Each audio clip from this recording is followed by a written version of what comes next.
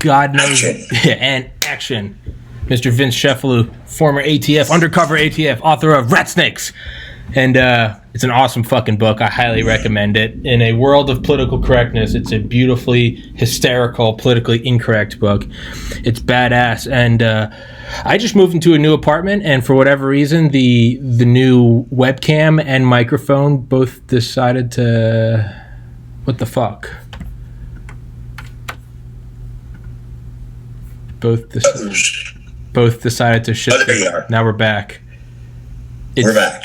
There's a storm going on right now, and I don't know what's going on, but the microphone's fucked up, the webcam's fucked up, and the internet's chopping in and out.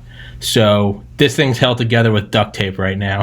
So I have no idea why it's all happening, but we're gonna go with it anyway. But for all the new listeners, Mr. Cefalu's been on here twice. He's got a lot of badass stories in his book, Ratsnakes. It's on Audible, so if you're a dipshit like me and you don't want to read, you can just listen. You can listen. But there seems to be a lot going on in the news right now with the appointment of the new director of the ATF. And the former Special Forces guys I've had on here, my other ex-military friends, they all seem to have a big problem with whoever it is. And instead of being reactionary and throwing my uninformed opinion in the ring, I decided, wait, I'm friends with a guy that was in the ATF. Why don't I have him on and pick his brain?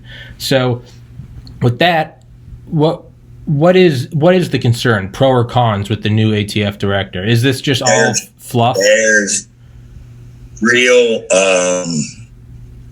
there's a basis for concern. Okay. Chipman was a marginal agent. He rode coattails. Always inserted himself into the big deals, but was never the guy. Mm-hmm. Checked the boxes, moved on before he could be seen for the fraud he was. Mm-hmm. Moved up the chain. Got really politically savvy, and dude, the day he left, he when Cabby Gifford's gun grabbing nonprofit there, or whatever it is, the Gifford gun safety, whatever it is, and has been there ever since. And the guy is a partisan hack, and anyone who has any expectation of law enforcement is generally that we at least appear or try to be apolitical. Mm-hmm. We don't pick sides. They were very serious when I got hired on, and that was a big part of my interviews and my panel interviews. Was I able to leave my personal feelings out of the gun trade and enforce the laws without prejudice and passion? Because we're enforcing the most unpopular laws since Prohibition. This guy is not that guy. Yeah, it's that's a good point. Yeah, because you do always see that. I mean, I was just listening to a book this morning about the former head of CIA counterintelligence, James Angleton, and he was the head of counterintelligence under Kennedy. But even his biggest thing, it was like, when asked towards the end of his career, it was like, what's the most important virtue in being the head of counterintelligence? And he was like, you report to the president. You don't report to a Republican or a Democrat. You report to the president. And he was like, once we sway from that structure, that's how you fall into third world nation, banana republic, KGB. You're driving. ATF is not a legislative body. Yeah. It's very simple. Yeah. I mean, they make it complicated, and some of our tasks are somewhat technical, but not complicated. Yeah. You have a license. You're required to be inspected every year. We inspect you. We do it in the spirit of the law, not the letter of the law. Everybody makes mistakes. We enforce the laws with a great deal of discretion, and that's how it should be. Pulling the director's strings, the puppet master. You don't need to bother with getting a consensus in Congress to improve or change or add or modify existing laws. You just do it. Yeah. You just do it. You make policies that are so destructive.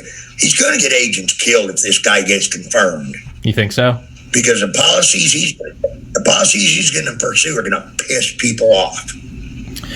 Now, and they're going to unreasonable reaches of authority. I don't see him getting out of committee. He's known to be untruthful. He's known to manipulate facts. He's known to say stupid things. This should be a no-brainer. I don't see him making it and getting confirmed. But hey, I didn't see Joe Biden getting elected either. Very true. It's very true. Yeah, I mean, shit happens.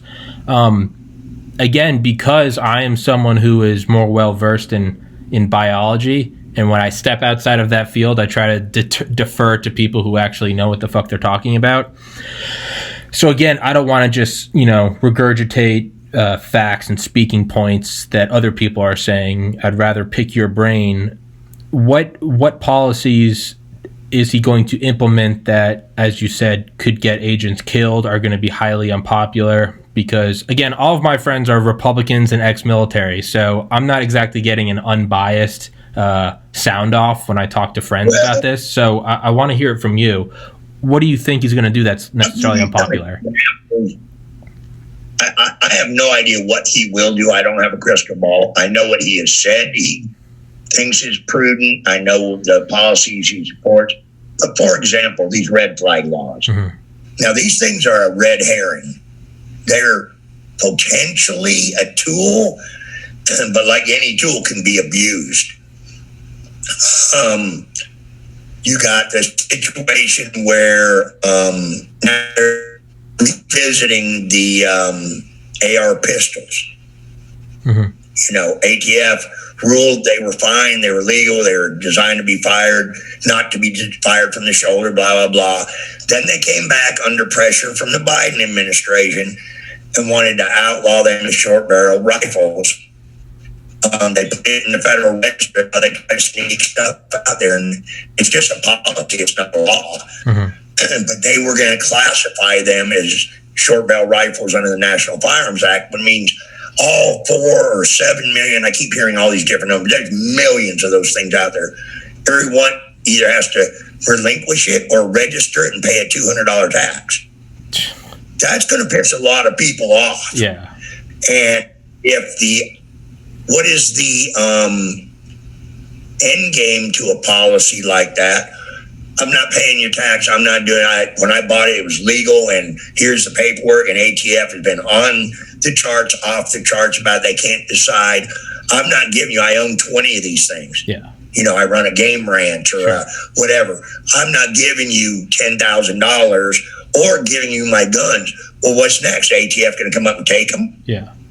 That's inherently dangerous, even though you're talking about previously law-abiding citizens. Yeah. When you start throwing, making citizens felons instead of, they're virtually putting no resources into Chicago. Yeah. And there's more people shot with shitty $200 handguns on a weekend in Chicago than the whole country with short-barreled or AR pistols. It's just that sort of willingness to become the gun police and think you can enforce your way out of our violent society. Yeah. Yeah. It doesn't, yeah, it's, I think it was, who was it? I think it was Gandhi. It might have been Gandhi. It might have been someone else. Wrote all these letters to Hitler saying only you can stop this madness. But what stopped Hitler was a wave of Soviet artillery. There were a bunch of peace protests in Japan. You know what stopped Japan? A nuclear warhead over a city. Unfortunately, we are apes, and you can't legislate your way out of that. It wasn't legal to fly planes into the World Trade Center, but it still happened. Right. And what you touched on earlier is you are now, with the stroke of a pen, turning law-abiding citizens into felons. So, like, I own an iPhone. if you make a law tonight that says iPhones are illegal, well, sure, if in the future I go out and pursue an iPhone, that shows that I have like felonious activity and intent. But right now, I'm just a dude with an iPhone. And the difference is I can't hurt anyone with this. Now, if this is a weapon, and you are now turning me, a law-abiding vanilla citizen, into a felon, and now you are going to enforce that at gunpoint with a stack of ATF agents decked out in SWAT gear, now you're asking for death all around, correct? What the Giffords and Chipmans and the people who are so anti-gun don't get is the vast majority of the killings and what have you are done. They're not done through a legal process. Yes, every now and then some crazy will go in and buy a gun legally and go shoot up a bunch of people. But the vast majority of criminals don't go in. They don't produce their driver's license, their identification, do a background check. So you can make as many laws as you want. Yeah. They don't follow them. You're not going to reduce gun violence by putting more laws out there. You ask me, enhance. You get a guy out there right now does first time armed robbery at 19 or whatever. He catches a felony conviction, whatever. ATF goes after him, say it was a violent takeover robbery. This guy is facing 5 years in federal prison with the sentencing guidelines and 10K downward departures and 6 months probation. No, you want to get their attention? I've seen it work. 20 years. You're a felon, you got a gun, and especially if you're using it in yet another crime, get 20 years. Yeah. And no probation. Yeah. Yeah. It's like did you see the president's press conference when he announced Chipman? I watched. Yes, I did. I think it was like 30 minutes. Yeah. I watched that. Are you familiar with what a ghost gun is? Loose. I had heard the term before that. I had always heard the term as like 3D printed, but the way Biden made it sound, he made it sound like you buy them. And again, I'm not well versed on this, so I don't know what it actually is. Right. I thought it was 3D printed. People have made 3D guns, 3D printed polymer guns. Mm-hmm. What they're speaking of specifically is there's a company out there, or several companies, I guess, and they literally send you a chunk of metal and the template and all the instructions and all the specs. And as long as you have a metal lathe, and as long as you have a drill press, a high-end drill press, as long as you know how to weld or solder or work metal, over a period of time, you can turn that into a AR-15 lower. And it's unserialized. Yeah. I got news for you. There's been one or two really, really savvy criminals I've arrested out there, highly educated and articulate and intellectual, that probably could and maybe in their wildest imagination would do that. Mm-hmm. But, dude's slinging crack on the street corner. He doesn't have those resources. He wouldn't know where to begin. Yeah. Would probably cut his finger off with a metal lathe. And he literally made that an issue during a press conference. And I've talked to everybody I know that, I stay in touch with. Nobody's ever seen one of these ghost guns in the public. I know they've gone out there. I know there's a couple out there. Sure. Somebody's made some. I get it. But really, that's where our resources are going. It sounds like money laundering. That's what it sounds like. It's the way, again, that's the importance of having on someone like you is when he said that to me, someone that doesn't know anything about it, I thought there were actual kits that you could just assemble. Yeah, they're thinking people are buying these unserialized guns, hand over fist, and they got 50 ARs in their garage they bought for, $1,500 and they're ready to go. And that's misleading and it's not genuine, and he loses credibility in the firearms community. He has no credibility in the firearms community anyway, because he's already told people go out and fire a couple blasts of a shotgun out your window. Now run off those, heavily armed home invaders. Fucking moron. It's but that's like saying you can't own grapes because you might start selling wine on a massive scale. It's like, dude, that's a perfect analogy. It's like what the fuck? But that's not even a good analogy, because any moron can kind of figure out how to make wine, right? You just kind of stick it in a bottle and put it in the dark. I don't know how to work a metal lathe. I don't have those.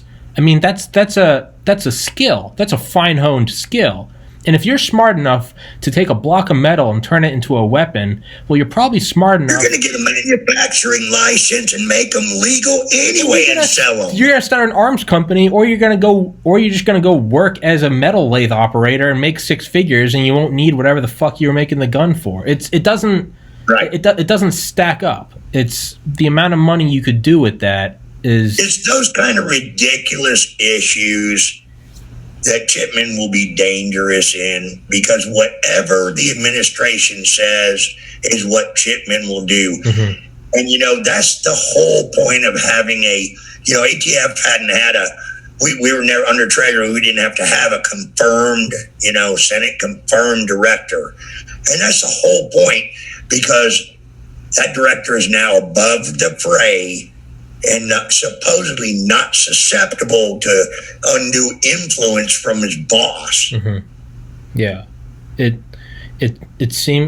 definitely kind of seems like a way to move. You're right. It kind of seems like going into Iraq right after 9/11, and it's like, wait, hold the fuck, wait, what?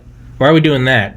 It kind of seems like what this is a foot in the door for something else, and I don't know what that something else will be. But when it can't be good, it can't be good. It can't be good. When we have to go after ghost guns and kits, it's like, well, okay, what are they actually doing? There's something behind this. That's the Trojan horse. And, what you said about him being dishonest, I actually don't know a lot about Waco, but I'm pretty sure it's not accurate when he said last week in an interview, or 2 weeks ago, that the Branch Davidians shot down 2 FBI helicopters with a Mod Deuce. That was an old interview. I think that was done a couple of years ago. Oh, well, then I saw it 2 weeks ago. Okay. Right. Yeah, and that's absurd. Treasury, we got our ass handed to us after Waco. Yeah. Although, understand this, we were in the lawful performance of our duties, and they were the bad guys. There's no doubt about that. Sure. It's unequivocal. Anybody says different is moronic. Sure. We went about it the wrong way, obviously. Our tactics were flawed, to say the least. Sure. But at no point did they shoot down any helicopters. They shot at them on the first day. Yeah. That's what they were doing. They were shooting at cops. Yeah. Nobody brought down a helicopter with a Mod Deuce or a Barrett or anything else. They had Barretts. Yeah.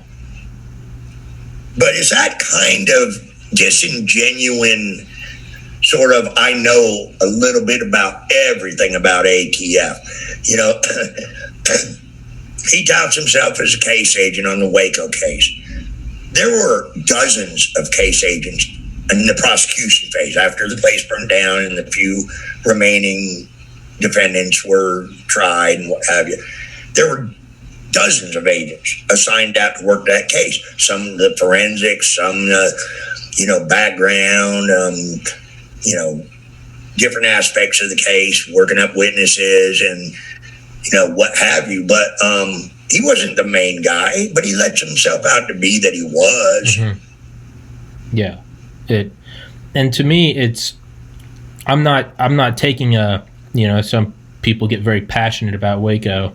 I'm upfront when I say I don't know anything about it. I know you, and I take your word for it.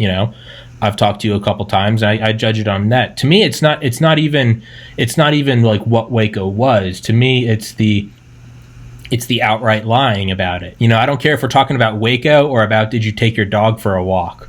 When there's a blatant lie about it, that's when it seems. Again, it's like Bill Clinton. I don't give a shit that Bill Clinton cheated on his wife and got a blowjob in the Oval Office. I don't give a fuck. The whole problem is a lie. Yeah, so it's yeah. It's and that's where we got pummeled. I mean, we were going to get pummeled anyway because it was such a huge fiasco. Sure.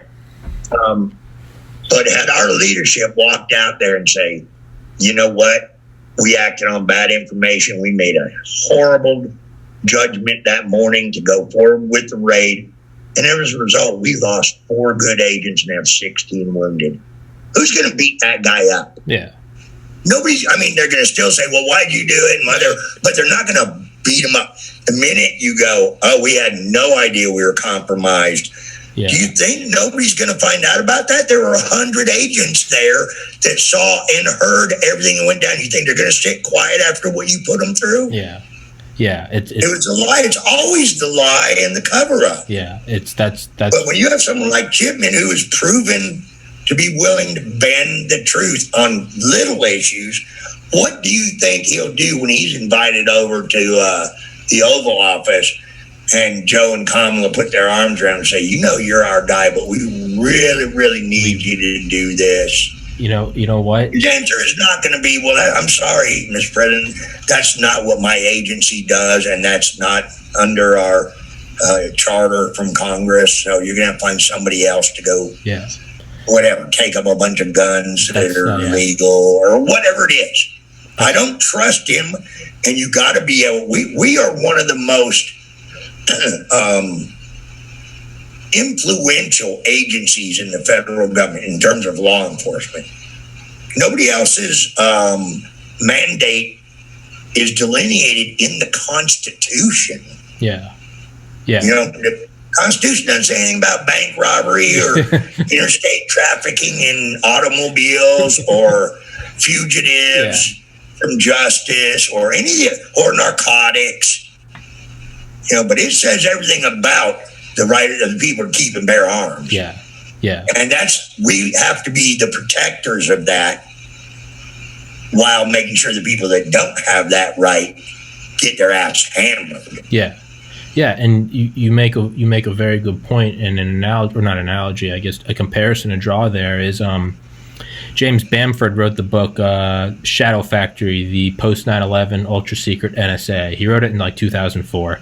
It's a great book, all about NSA eavesdropping. Yeah, it's an awesome book, man. It's on Audible. It's not as good as Ratsnakes, but in it he talks about who was it? It was I think not Clapper or Michael Hayden, whoever the head of the NSA was at the time, who in a way you could say it's similar, right? It's the right to privacy in a way that is kind of loosely in the Constitution as well. But what you said about, you know, this guy going to the Oval Office. It's not loosely in the Constitution. It's in the Fourth Amendment. Well, that's what I mean. Is it's the same in terms of ATF Second Amendment. It's the same as. Oh, right.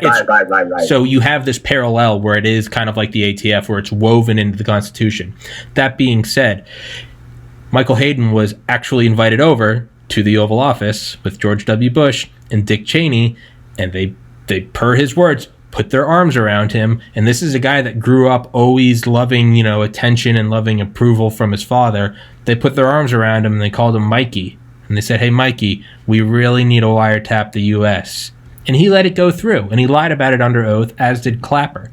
Now, if the NSA will lie about domestic wiretapping and surveillance, and the only way we learn about it is through Ed Snowden, like him or hate him, that's how we learned about it, is if you don't think that can happen with the ATF, if it happened once in 2003, they said, hey, Mikey, you know, these terrorists just took down the World Trade Center. Can you bend the laws? And, you know, they're alone in the Oval Office. He doesn't report to anyone except these two. And he goes, I'll see what I can do. Why wouldn't that happen again with something as incendiary as, you know, especially when you have shooting after shooting after shooting? Why wouldn't you have something come in where you have riots and George Floyd and whatever the hell's going on? You don't think that these guys are going to lean on him and go, hey, you know. Not a lot on it. Absolutely. And if you have got to have either with judgment and, more importantly, a spine, it needs to be understood, if I'm going to accept this nomination as the director, I'm running the agency, you're not. Mm-hmm. And that's hard to find. I mean, I get it. I don't know that I can stand up under that kind of pressure. Mm-hmm. I'm just saying that's the kind of people we need to get in there. And I know guys that can do that job. I mean, I've met them. And qualified, and they'll never be in there for that reason. Because they've been they're qualified. Time call ATF baby ugly when it was ugly, Yeah.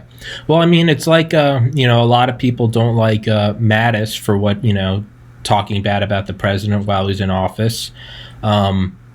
Despite being a Trump supporter myself, I do look at Mattis with some sort of integrity in that he thought we shouldn't withdraw from Syria. Trump thought we should.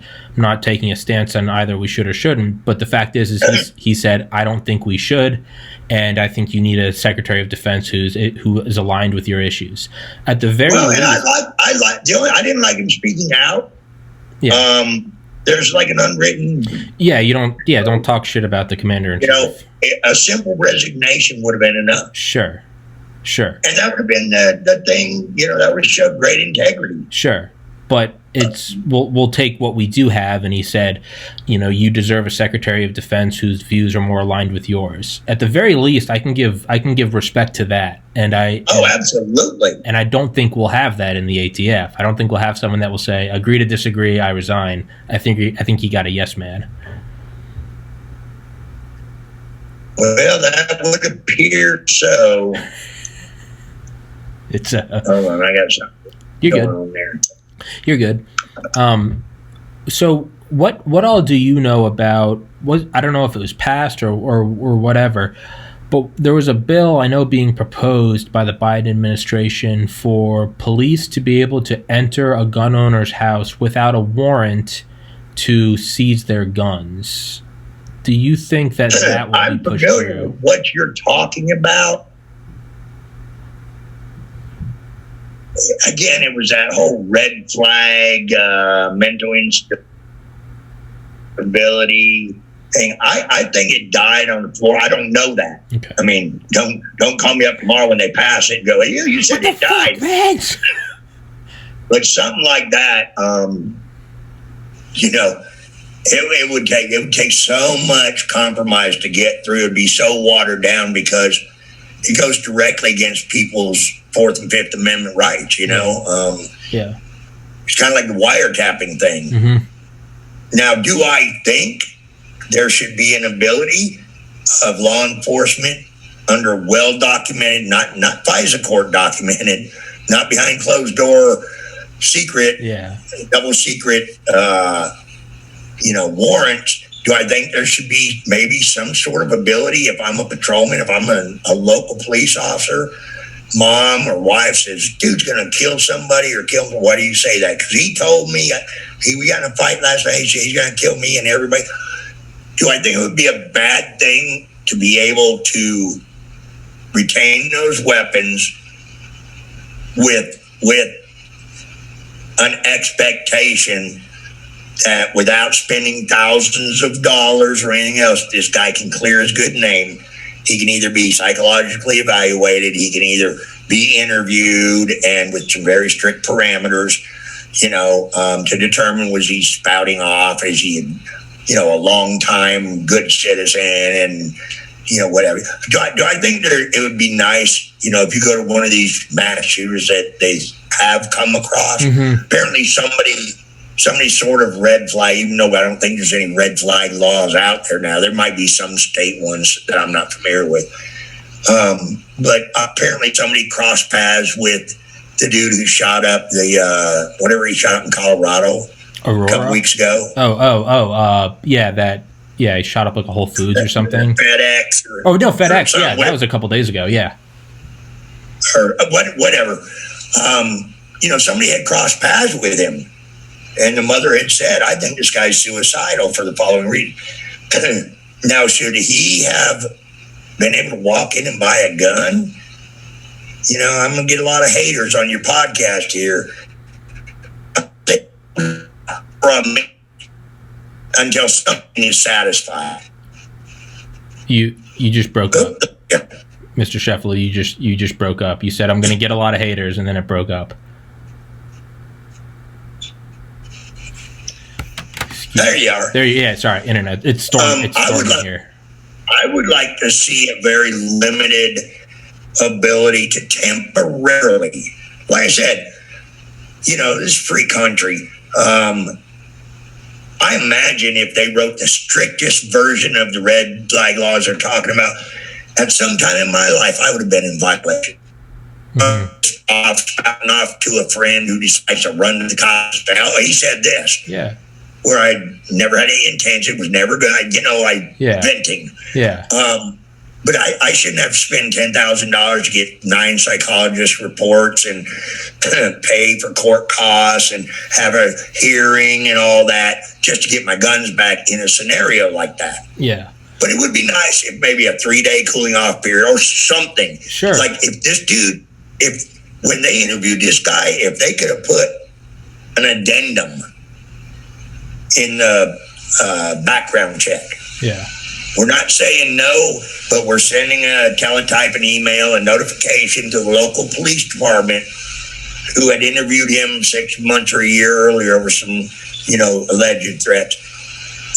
They're the only ones that can lift this. Yeah. And they have, 72 hours to go out and talk to him and lift it. Yeah. And say no, or go out and say, yeah, this guy still looks batshit crazy, and and then let him litigate it. Yeah.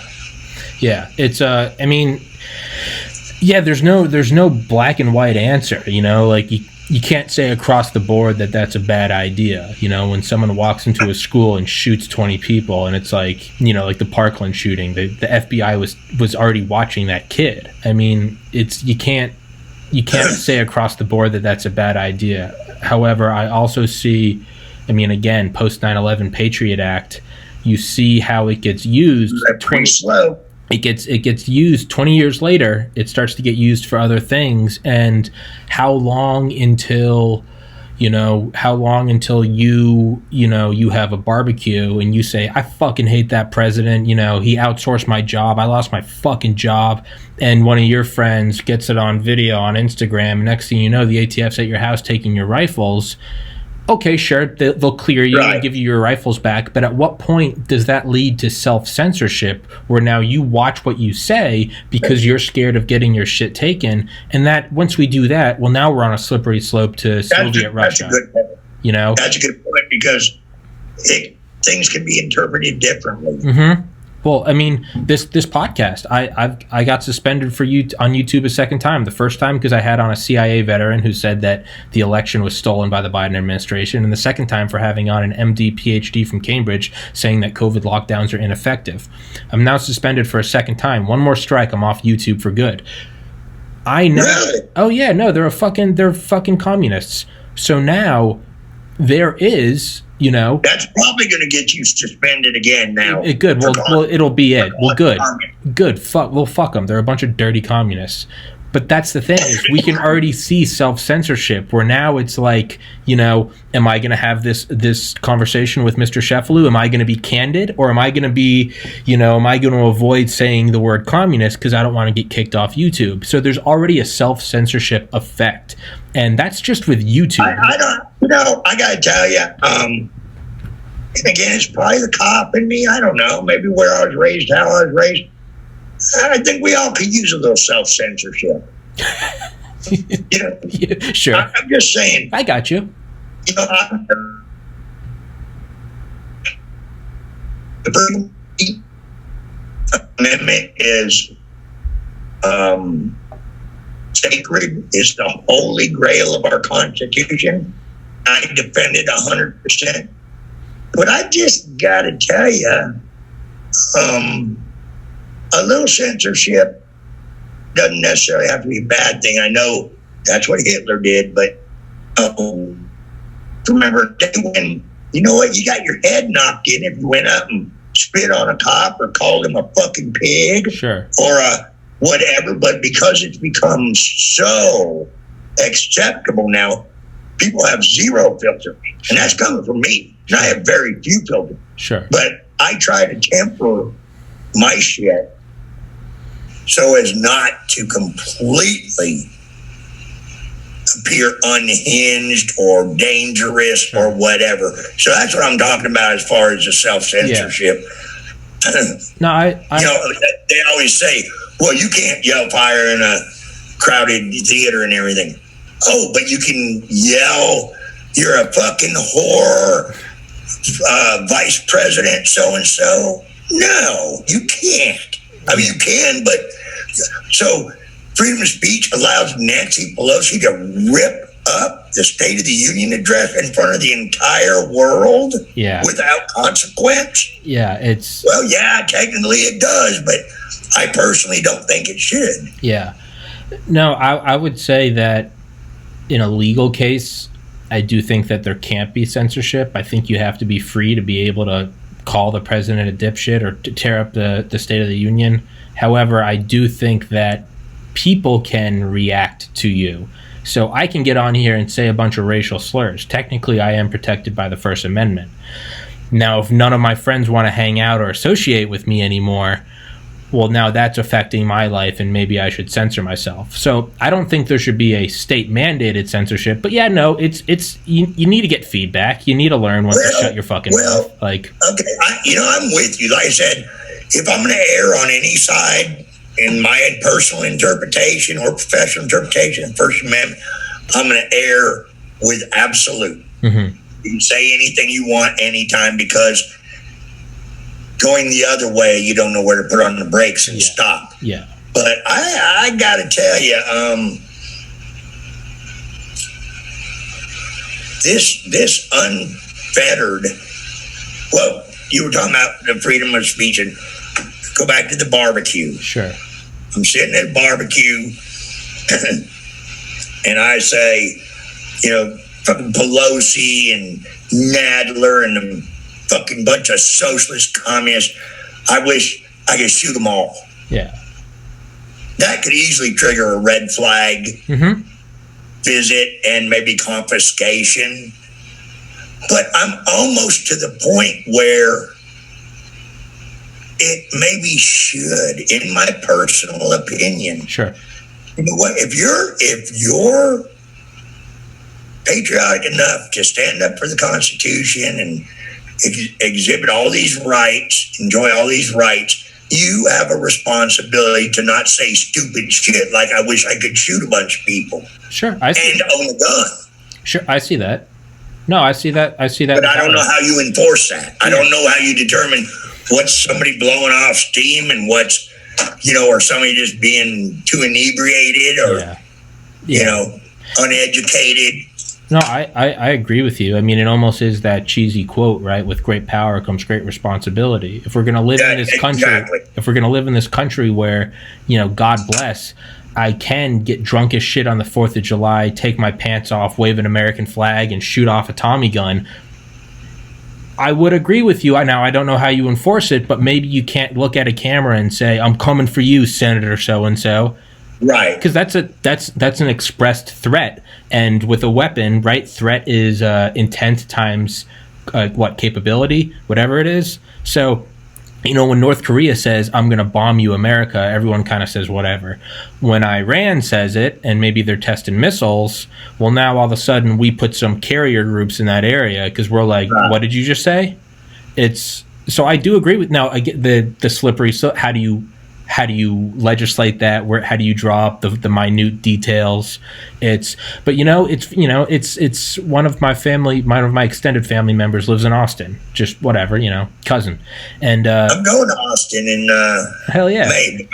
Yeah, I need to go visit him. But I think 2 days ago there was a shooting there, and the first thing that happened was like my blood went cold, and I called my cousin, and I was like, dude, he wasn't picking up, and I was like, fuck. And then he finally picked up. He was drunk. He was visiting a friend in Vegas. He's like, what's up, man?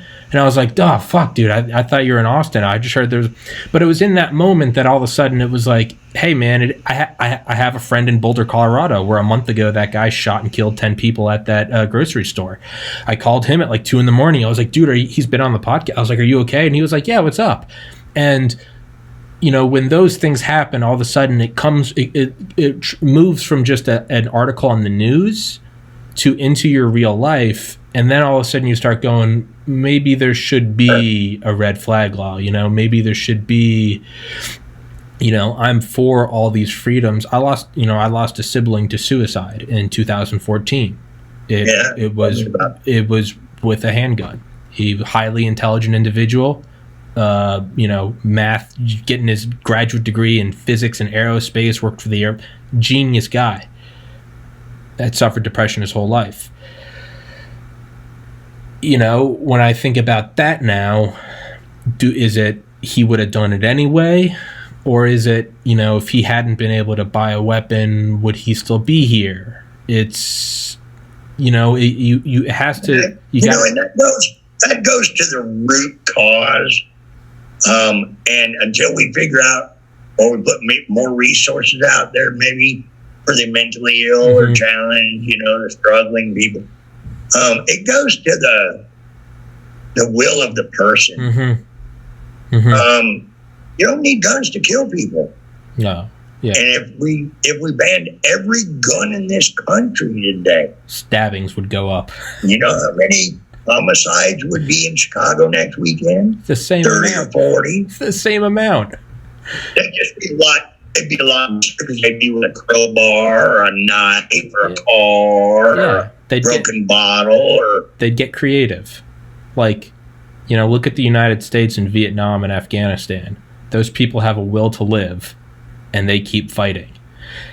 Man, if you want to fucking kill someone and you take away the guns and the knives, what do they do in jail? They take a toothbrush and they shave it into a shank. Make a knife, right? You'll find and if worse comes to worse, he'll use your bare hands.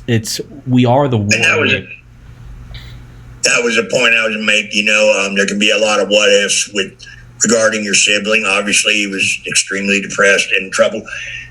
If he wanted to die, if I want to die, I'm going to die. Yeah. I'll get my hands on some prescription drugs and take a whole bottle. You can use a knife. It's not hard to die. Yeah, no, it's not. And that's what I always remind myself of is, dude, if you want to die, you'll find a way to do it. You can hang yourself. You can cut your wrist. You can, and now look at that.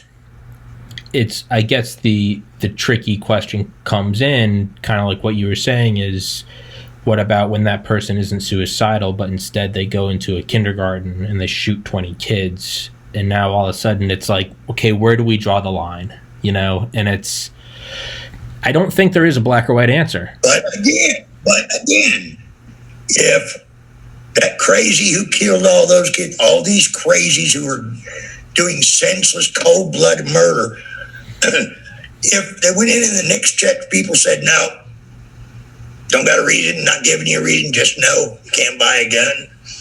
All right, well, it looks like I have some burglarizing to do in, or, I'll be back at 2 a.m. I got to go find a gun somewhere else. Yeah. And if they're intent on making a name for themselves and going down in history as a bloodthirsty, crazy person, thank you. Yeah. Cocktail time. That's awesome. That's fucking awesome. But yeah, you will find, we saw in, what was it, 2016 or 15 in Nice, France, the guy got in that big truck and he killed 86 people that Allahu Akbar plowed through a crowd in a fucking delivery truck. Look at the Japanese in World War II. When they realized they couldn't hit our ships with torpedoes, they just drove the planes into the ships. You're going to find a way.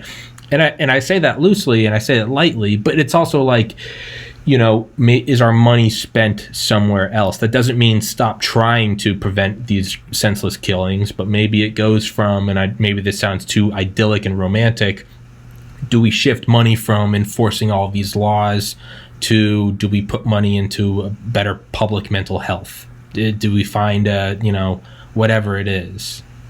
Why don't we do that while shifting our priorities from some of the nonsensical shit that we do from time to time in enforcing some of these silly policies? Yeah. And go with the laws we got on the books. Yeah. Tweak them. Yeah. Tweak them. If you've already been to prison, our society says you don't get to have a gun. Yeah. That's the way it is. And I think that's fine. Now, personally, when I came on with ATF, we had a function called Relief from Disability Investigations. Okay. So if you were 19 years old, got caught, charged with a felony burglary, and now you're 42 years old, a pastor in your church, have some kids, you want to hunt, you've not had so much as a speeding ticket, you could apply through the Treasury.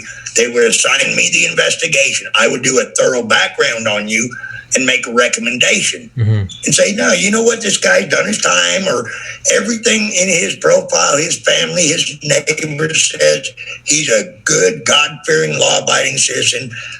Let's lift his disability from that felony. Yeah. They took our money away for that. They literally defunded us. We could not spend any money or time or man hours on that. Jesus. But do I agree in general terms, in general, that if you've already been in prison once, you don't get to own guns? Yeah, I totally agree with that. Yeah. Learn to bow hunt. Yeah. Hunt with a black powder rifle. But you definitely have shown you are not responsible enough to have something so lethal.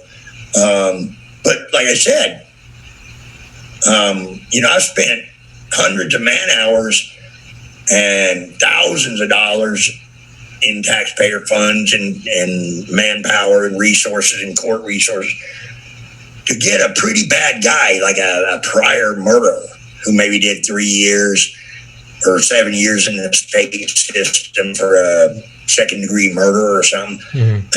I'd prosecute him, just successfully prosecute him, either take a plea or convict him in trial. And because of the sentencing guidelines, they got 6 months time served because they're already been in jail, and 3 years supervised probation. Now, if I'm a gangster and I want to do gangster shit, that's not going to really deter me. Yeah. It's just not. Yeah. Yeah. If I'm a law-abiding citizen, it might deter me a little bit, but then I wouldn't be a felon, would I? Yeah. Yeah. So, we got to get serious about shit hammering these people who are doing this. Yeah. Why aren't we just going freaking jackbooted thugs on the south side of Chicago? Just send in the National and Guard. Stopping and frisking everybody that even resembles a gangster. I'm 100% for that. And it's, you get to a certain point where it's like, I always look at Europe and they have those no-go zones where all the immigrants have turned them into just these unlawful kind shithole. Yeah. And to me, when the domestic law enforcement can't even go there, to me that is the biggest sign of weakness, that you can't even enter areas of your own country. So when you look unless you're driving 6 deep. Yeah. Or in an MRAP. You gotta send in 3 patrol cars for every freaking service call. Yeah, it's at a certain point you have to reclaim territory. Yeah, you have to take your streets back. So when it's something like Chicago, where I think Republicans and Democrats could all agree, dude, there's more killings there in a week. The news doesn't cover it because it's a gun-free zone. Dude, send in the fucking National Guard. Look, if we can set up roadblocks in tiered security in Kabul and Riyadh and Baghdad, dude, why can't we take Chicago? It's got to be the will of the people, though. Sure. And apparently there is not that will. Yeah. I don't see, and I'm not going all controversial on you here, but I've seen tens of thousands of people rise up in the street and nonstop attention seeking for a police officer having killed somebody unjustifiably or whatever, which is always tragic and it should be addressed. Yeah. But then once they've gotten that addressed, why are they not packing up? They're funded. They're being funded. Yeah. The agitators, the protesters. Why are you not packing up your buses and taking over the streets of Chicago? I know. And saying this stops now. Not one more death. Yeah. You're 100% correct. I was just thinking that today, it's whatever people may or may not think about Chauvin is I was thinking on the grand scheme of things, I would say it's probably a good thing simply because it's proof that we live in a country where when the state overreaches, the citizens can rise up and they can enact change. If we tried to do this in China or the Soviet Union, we'd all be gunned down. So whether or not you agree about, Chauvin should be charged, the very fact that we do live in a society where you can go out and protest against the police and enact change in a court of law, I mean, that's a beautiful thing. Whether or not you agree with the outcome or whoever it was, that's a beautiful thing. Why isn't that motivation? Why isn't that laser focus? Why isn't it on Chicago? Why isn't it on New York, LA, Atlanta? Why isn't it there? And dude, the people are getting the streets in San Francisco. I worked up the street at the Federal Building in San Francisco, so I had great places to go have lunch and walk around, go smoke a cigarette downtown there. And I would go by the City Hall Plaza and just go out there and watch. I don't know, you might have a bunch of people out there doing Tai Chi and, moms with their kids running around and, whatever, hanging out in a sunny day and everything. And you can't walk in the plaza now for the tent city that is put in there. Jesus. And that's just one example. We have got to learn to say no and mean it. Yeah. If you mean it, we no to gun violence. I think we can all probably, we won't agree because it doesn't serve certain agendas. Sure. I think common sense would dictate we could put a dent in it. 100%. I'll give you an example. Remember the Marielito boat lifts in the 80s? Mm-hmm. When all the Cuban criminals and everybody came to South Florida, and it got so bad, Florida was a no-go zone. The state of Florida, Time Magazine named it the most dangerous place in the world. George Bush stood up the Vice Presidential Organized Crime Drug Enforcement Task Force in South Florida, and every swinging dick, if you weren't involved in a case, a big case, wherever you're at, you were going to South Florida for 6 weeks, 6 months, whatever. And we just flooded that place. Yeah. And I mean, everything that moved that looked like a narco freaking vehicle, it didn't matter. Yeah. And so when I got hired with Customs before I went to ATF in Key West, it was to the point that there was so much drugs coming in, you could go to the U.S. attorney with like a 50-kilo seizure of cocaine, and they'd say, take it to the state. We ain't got time. We ain't got the money. We ain't got the research. Jesus. But if you had a gun, and that was one of the big things, one of the underpinnings of the drug task force under H.W. Bush, vice president, was if you had a gun, it was going federal. It didn't matter whether you had an ounce or a pound or a kilo or a boatload. And you know what that did? I could still throw a rock in any direction and hit a drug dealer and search any house, every other house, and find huge loads of dope. I couldn't find a gun, and citizens weren't getting shot, and the big blue-on-blue shootouts and all the crazy shit that was going on down there subsided. Really? Because you knew you know what, there's a gray area here that you might survive this craziness as long as you don't have a gun or use a gun while you're trying to. Yeah. And it made a difference. I would work the task force in Athens, Georgia. I was lucky enough to go back and go to my starting point. Shout out Athens. I was a cop in Athens, right? Yeah. Oh, yeah, we talked about that. Yeah, for everybody listening, I went to the University of Georgia. I was in Athens for 4 years. And so I left, went with the feds, 10, 15 years passed, came back to Atlanta with ATF, and they needed some help, some resources out in Athens. Just a lot of gangster shit going on, a lot of drugs and violence.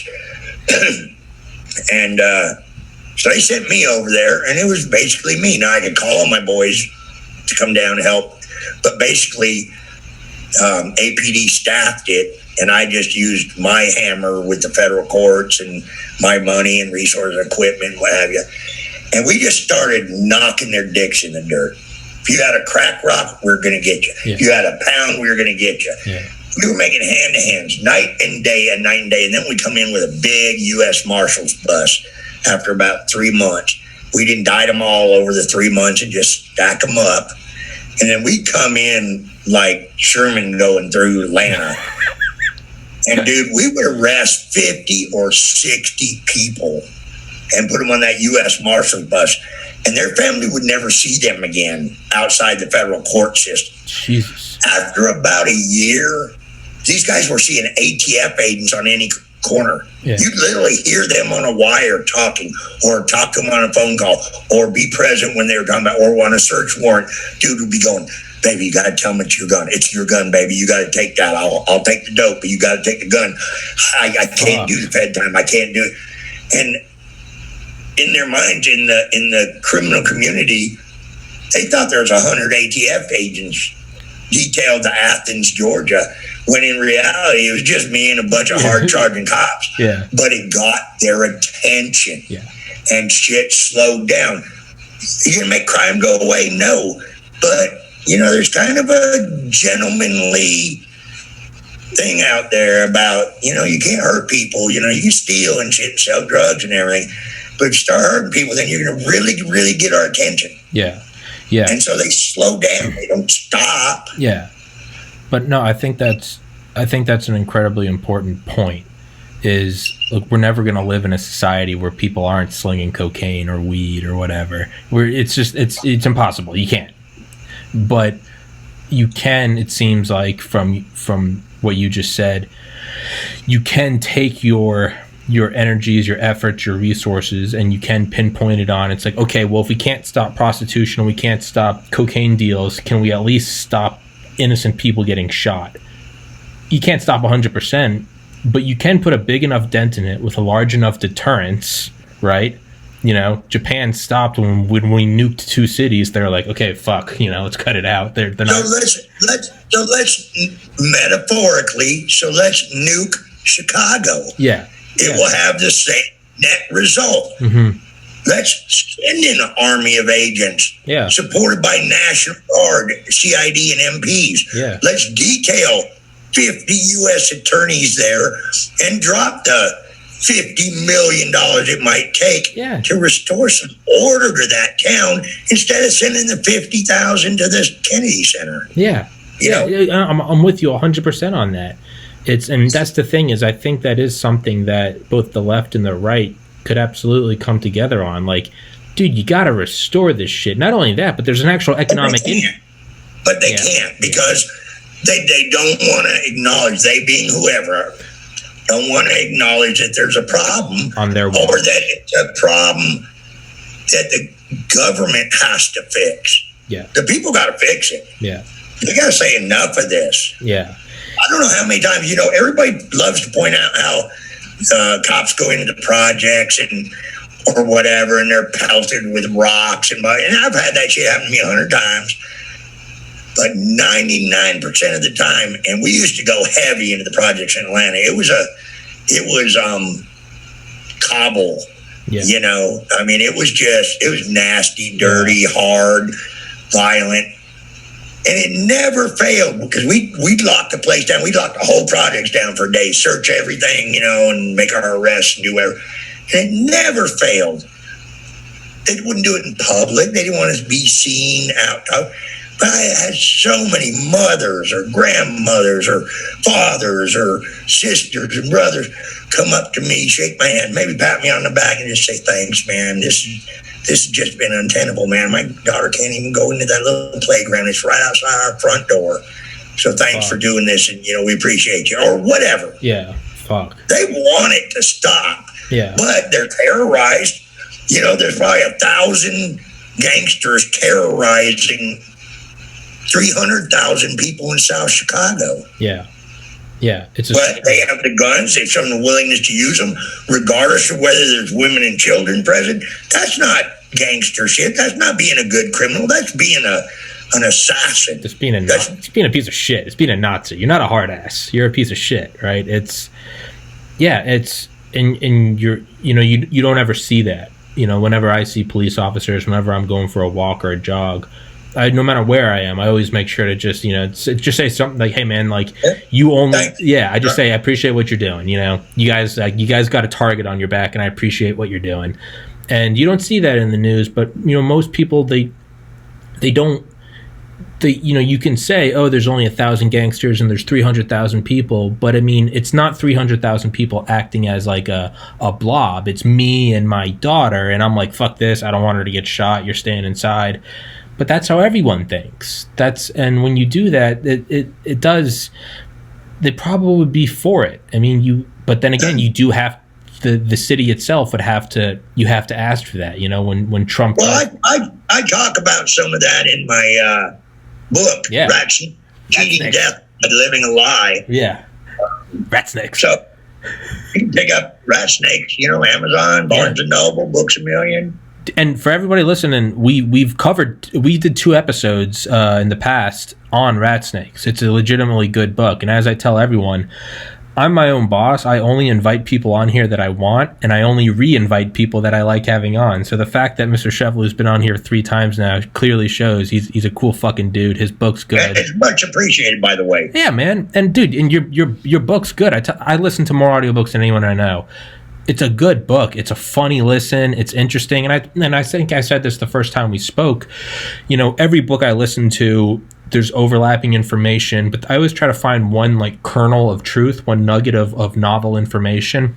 And more than anything, what I took away from your book, and I thought this was interesting, everyone that listens to this podcast knows I'm obsessed with the Cold War, is your book, to me, before that I had this image, this model of society in my head, and that there are these national governments that went against each other, China, Britain, France, Germany, America, Russia, whatever.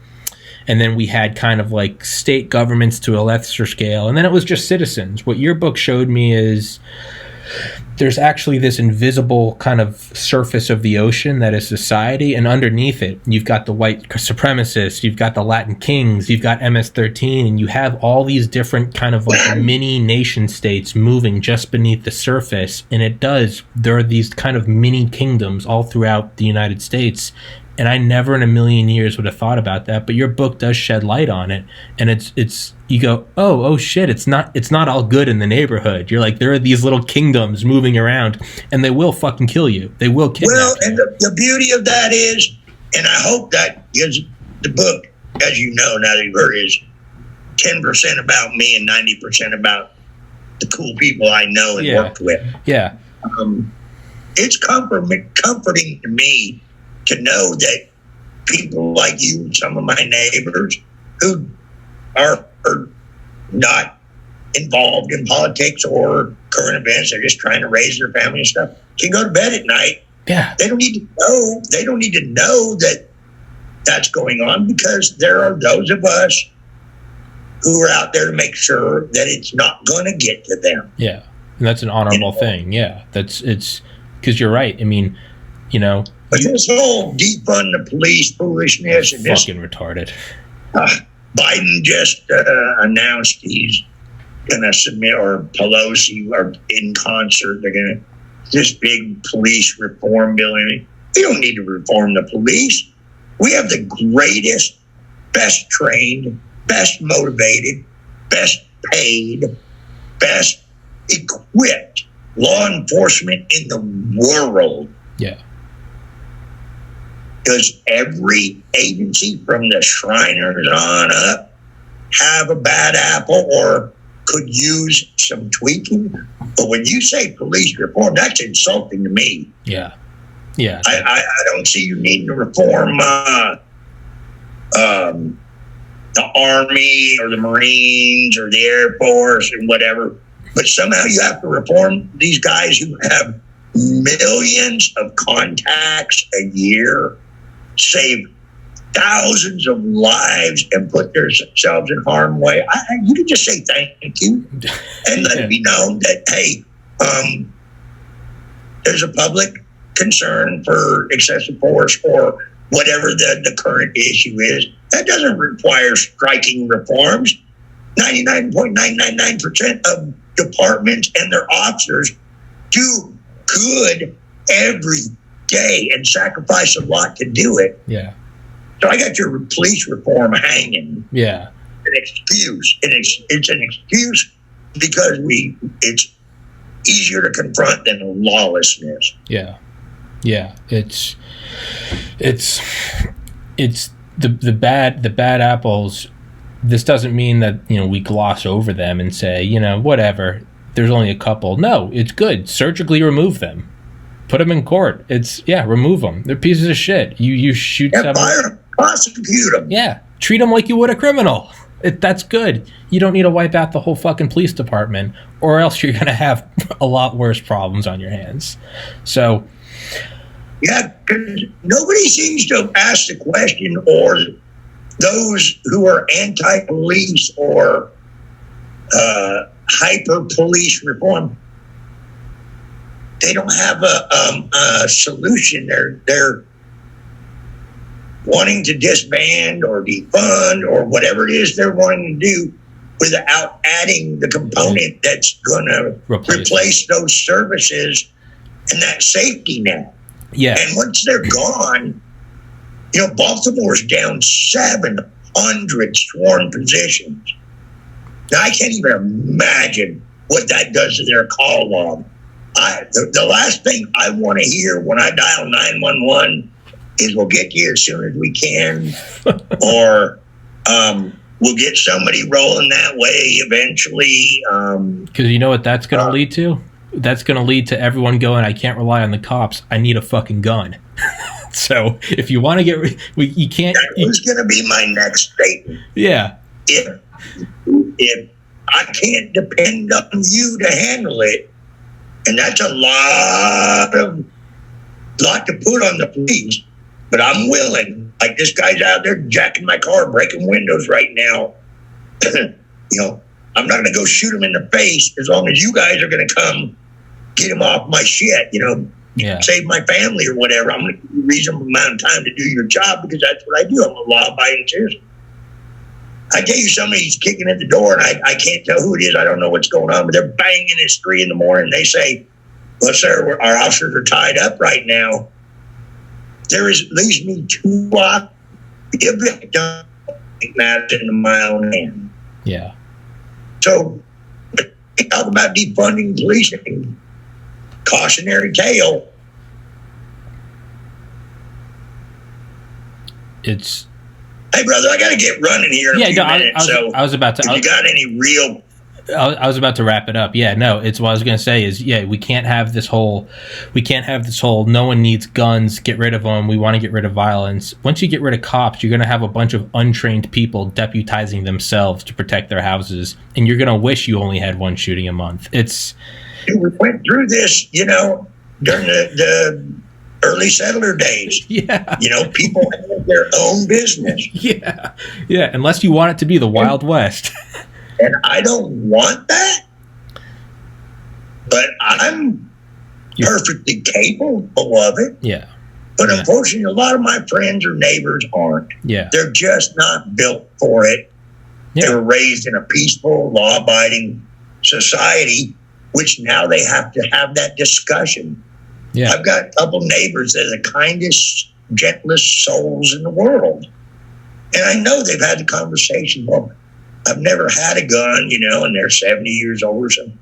But I almost feel like I should almost get one or have one. I'm scared. Yeah. And you're forcing people's hand into doing that. And, let's wrap this one up. Mr. Cefalu, author of Ratsnakes. I'll put that in the description as always. It's legitimately a good book. I've yet to recommend a bad book. I dare anybody to challenge me.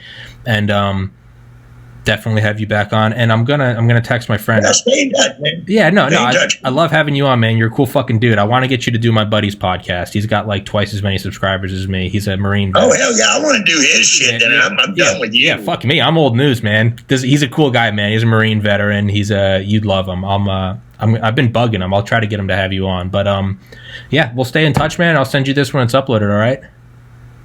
All right, thanks, buddy. All right, Talk to you later. Yeah, God bless. Take care.